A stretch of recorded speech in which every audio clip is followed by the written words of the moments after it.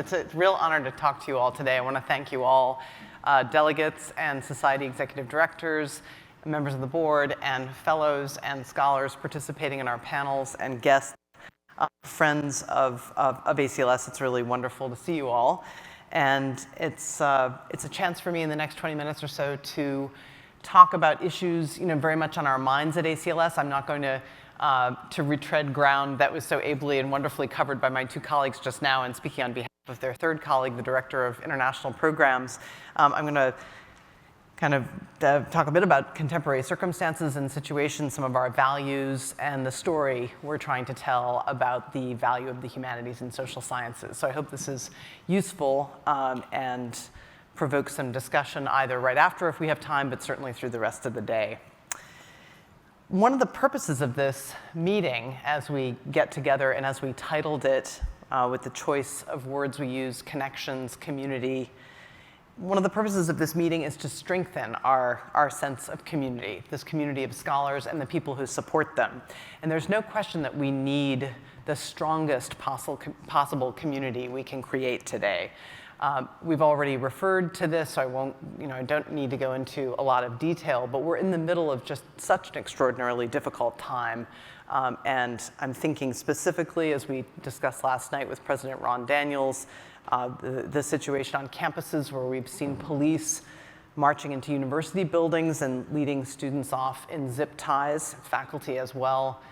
We've seen institutions of higher education behave in ways with their leadership thinking of dialogue, it seems, as an afterthought, and a hasty one at that in some cases, and where communications to the community, because it is a community on campuses, of course, the community of students and faculty and staff appear to have been written more by a fearful and anxious corporate team rather than by human beings.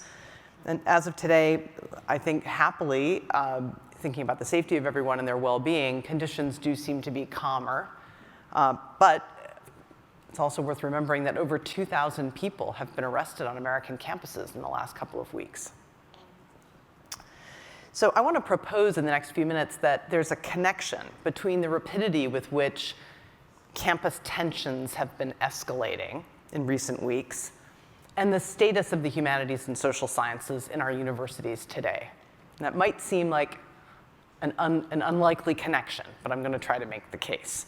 And I'm prompted to do this, to make this connection, in part by the example of Charles Odegaard, a medieval scholar who served as the president of ACLS from 1948 to 1982, and who went on to serve for many years as a transformative president at the University of Washington in Seattle, which he helped change in collaboration with his colleagues from a regional star to a nationally recognized institution. Odegaard spoke to an ACLS meeting in the late fall of 1968 when the organization was celebrating coming up on our 50th anniversary. But of course, it was an especially violent and tumultuous year. He talked candidly and sympathetically about campus demonstrations, and he exhorted his audience, above all, to pay attention to the students and think deeply about what exactly they were seeking. Not only specific changes in university and national policy, he thought, but something more.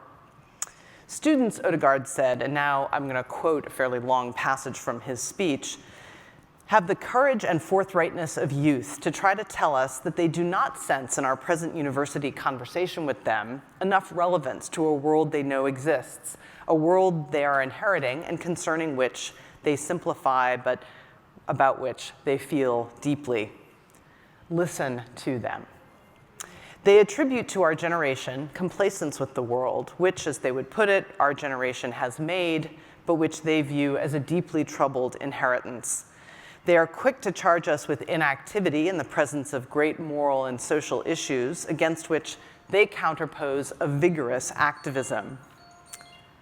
Are they not trying to suggest to us a want of humanism in our teaching? Our dissident students do not want us to impose a moral code on them, but they want us to talk with them about the moral implications of the knowledge we acquire and dispense. Odegaard went on to note a crucial point, that the student dissenters, which is, as he called them, were not running away from the academy. They weren't running away from campus. They were occupying offices and buildings because they wanted to make the university, the space of learning and study, their own. They are most of all concerned, he said, and I'll quote one last time, with the freedom of the human being in conflict with the regulatory influence of a social order gravely discomforting to them. They want from faculty not merely more conversations, but an altered character in the conversation. It is as though they sense a vitamin deficiency in their educational diet and are trying, however clumsily, to tell us this. Odegaard argued that humanists and social scientists have a special obligation, a duty to put their resources of knowledge to work, to share historical perspective, philosophical analysis, linguistic and cultural understanding, to cultivate the habits of listening, learning, and disagreeing needed for a democratic society, and a better one at that. I think Odegaard was absolutely right.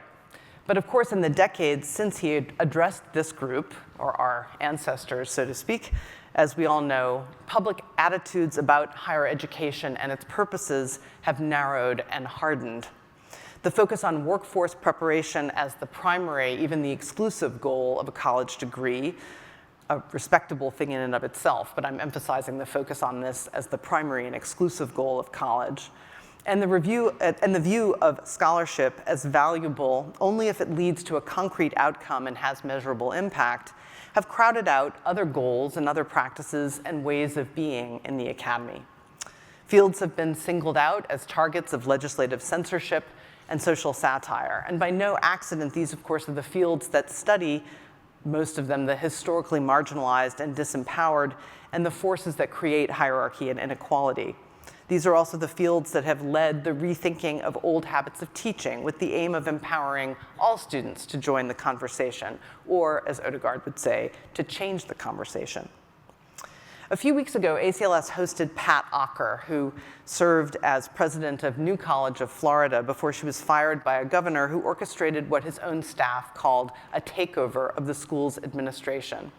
In her talk to a mix of society directors, consortium, ACLS Research University Consortium representatives, and Associates Network representatives, Pat was inspirational in her insistence that we focus our energies on telling a strong, powerful, positive, constructive story about what we do.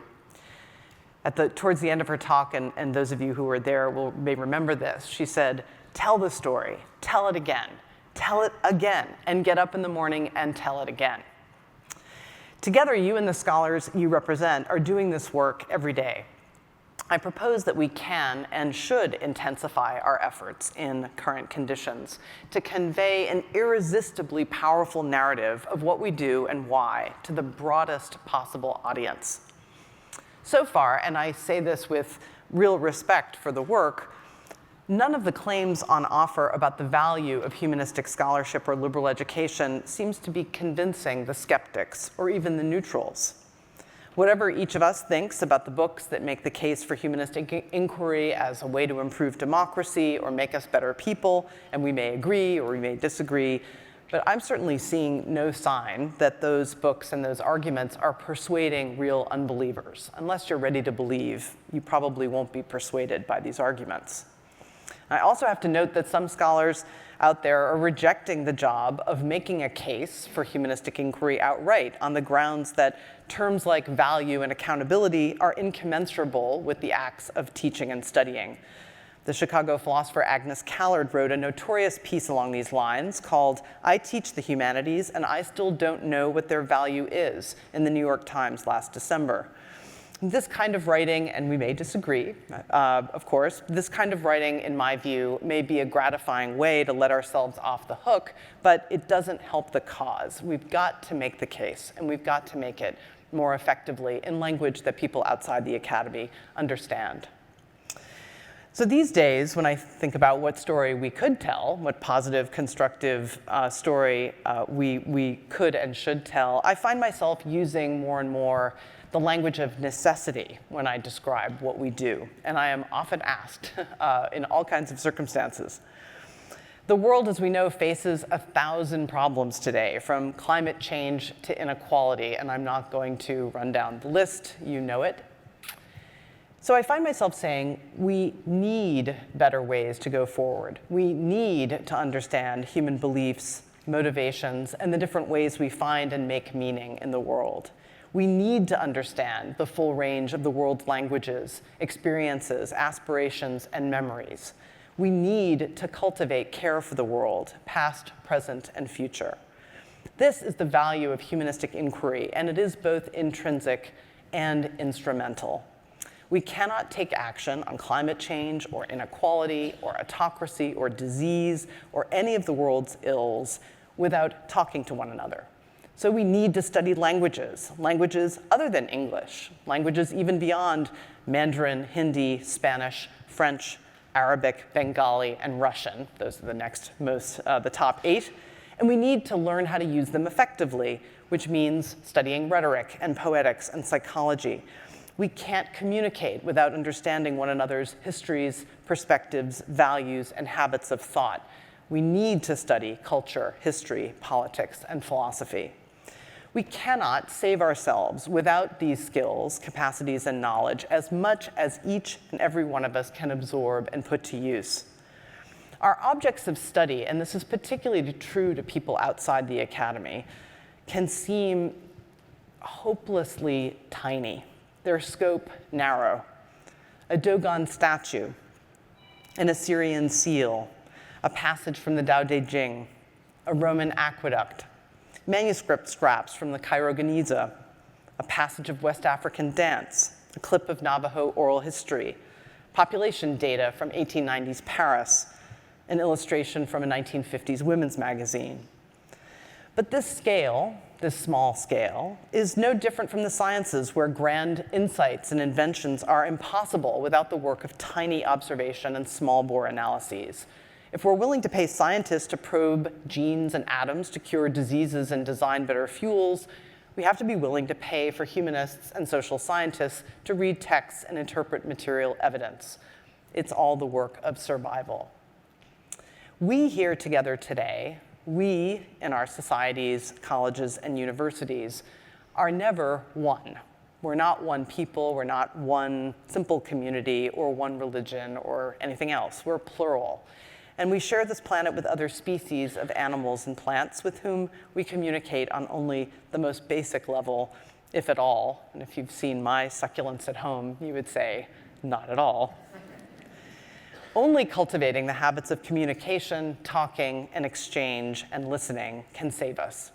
These are the most valuable contributions of humanistic inquiry, that it enables us to establish mutual understanding across difference and to preserve and interpret human experience, including human aspiration and human imagination, in all its diversity, in all times, past and present. Recently, the Cameroonian political theorist Achille Mbembe began to use the word planetary to sum up the connection between human life and the Earth that he thinks it's incumbent on us all to think more about and understand better.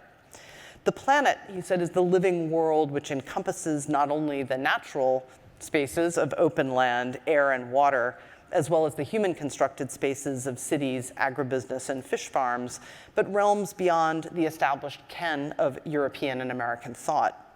Drawing on Africa's animist cosmogonies, Mbembe evokes a principle of animation as the vital breath shared by all being that was born together and forms a unity.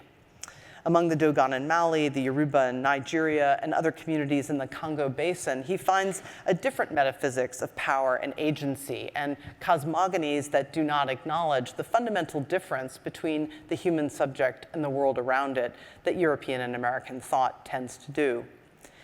He comments, planetary politics should be connected to a politics of life, to a politics of the earth. That includes all creation, all the people of the world, the creations or works of humanities, in the plural, the mass of things we have invented, animals, plants, microbes, minerals, and mixed bodies, which is what we all are.